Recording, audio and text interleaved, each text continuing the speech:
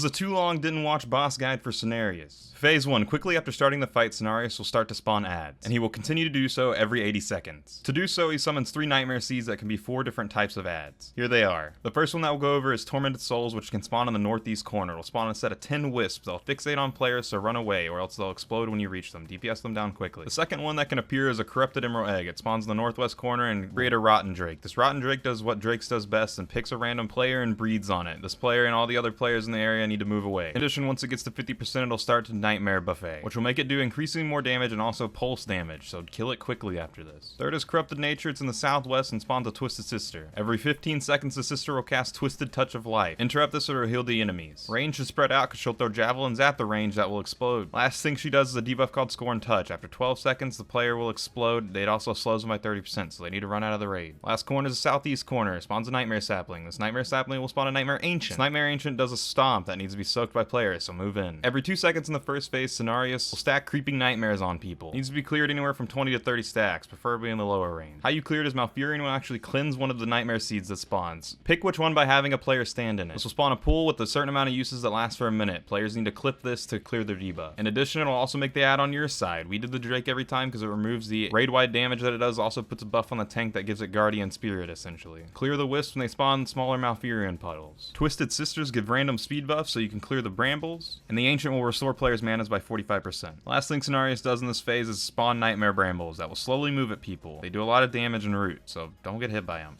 They're really slow. Ads take complete priority over this phase, mostly because when they spawn, Cenarius starts reflecting damage of players, so don't hit them. Make sure all the ads are dead before pushing them to 35%, because that's when phase 2 starts. You like Defile? Well, Blizzard does. That's what he starts doing. Take them in a corner of the room and start going all the way around the room. Players need to quickly move out of this because it'll grow and take up the entire room if you stay in it too long. Malfurion will get rooted, so break him out because he'll still cast Cleansing Ground to clear your debuffs. Lust and Burn while kiting around the room to avoid Defile, and Nightmare Brambles.